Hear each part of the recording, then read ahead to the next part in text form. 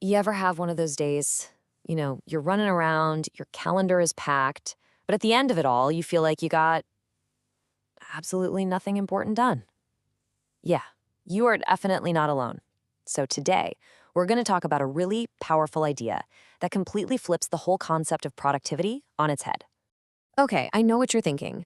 Time management is a scam? That's a pretty bold statement, right? But stick with me because it gets right to the heart of a problem so many of us run into. We're always told, just manage your 24 hours better and then you'll get everything done. But what if the clock isn't the real problem here? I mean, look at these, the Pomodoro, GTD, Eat That Frog. I'm willing to bet you've tried at least one of them. I know I have. We set our little timers, we make these massive lists, we try to do the hardest thing first thing in the morning. And look, they can be useful for sure. But here's the thing, they all share the exact same fundamental flaw. And this is the core of the problem. They all assume your mental energy is just a flat line from the moment you wake up to the moment you go to bed. But your brain isn't a machine. It doesn't run at the same speed all day.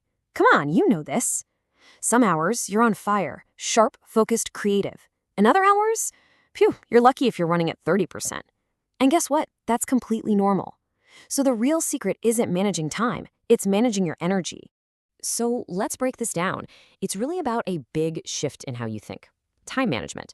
That's all about the clock, right? An external thing you can't change. But energy management, that's about you, your brain's capacity, which, as we know, goes up and down. So the goal here isn't just to cram more stuff into your day. It's about doing the right things at the right time, when you're actually at your best. Okay, so how do we actually make this shift? Well, it all starts with just accepting a very simple truth. Your brain is not a machine. It has its own rhythm. And the real secret to getting things done, to real productivity, is learning to work with that rhythm, not against it. I mean, look at this chart. It seems so simple, so obvious, right? And yet how often do we totally ignore it? Our energy levels are not constant. We all have those times of day when we're at our peak, times when we're kind of so-so, and times when we're just drained. Maybe you're a morning person, ready to go at 9 a.m., or maybe you don't really hit your stride until after lunch. The first step is just figuring out what your own pattern looks like.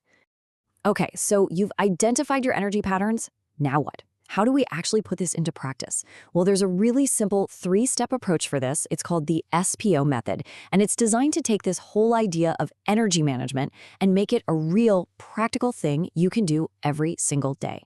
So what's SPO? It's just an acronym for set goals, prioritize, and organize. That's it.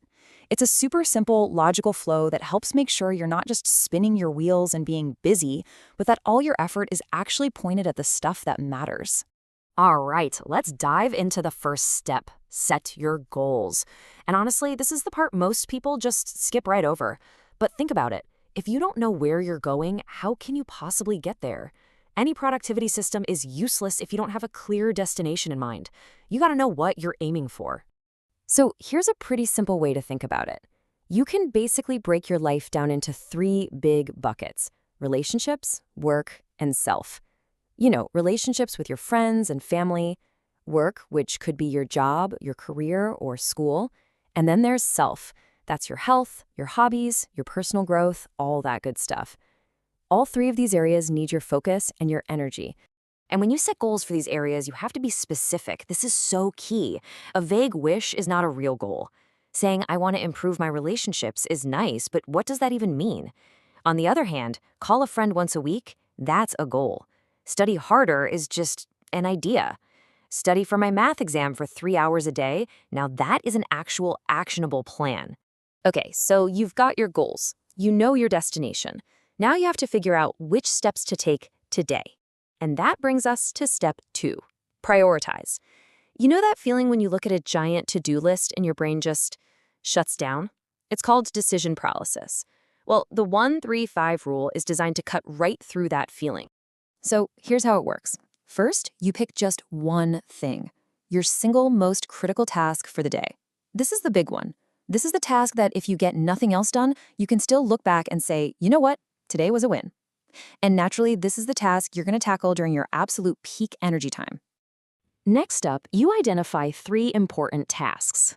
Now, these are still significant things that need to happen, but they're not quite at that make or break level. they've got a little more wiggle room. These are perfect for those times when your energy is pretty good, but maybe not 110%. And finally, you've got your 5 small tasks. Think of these as the quick wins. Sending that one email, paying a bill, making a quick appointment. They don't take a ton of brain power, so they're perfect for knocking out when your energy is naturally starting to dip. So when you put it all together, what do you have? A daily plan of 9 tasks. That's it. But here's the beautiful part. It's not just some random list. It's a strategic plan that is specifically designed to match the difficulty of your tasks to the natural rhythm of your own energy levels. Okay, on to the final step. Organize. This is where the rubber meets the road. You're going to take that 1-3-5 list you just made and turn it into a real concrete schedule for your day. And the best way to do that is with a technique called time blocking. First tip, and this is a game changer, do this ahead of time. It takes 5 minutes? Just do it the night before or first thing when you get up. Take your task list and put those tasks on your calendar like they're actual appointments. That way, you wake up and you already know exactly what your day is supposed to look like. No guesswork. So, how long should these time blocks be? Well, that's really up to you. It's personal. A good place to start is maybe 90 minutes, but you got to experiment and find your own sweet spot. For real, deep focus. And hey, if a task is going to take longer than that, no problem. Just break it up into a couple of different blocks. Okay, listen up, because this is so important. Breaks. You have to schedule breaks. Trying to work nonstop doesn't save you time. It just drains your brain.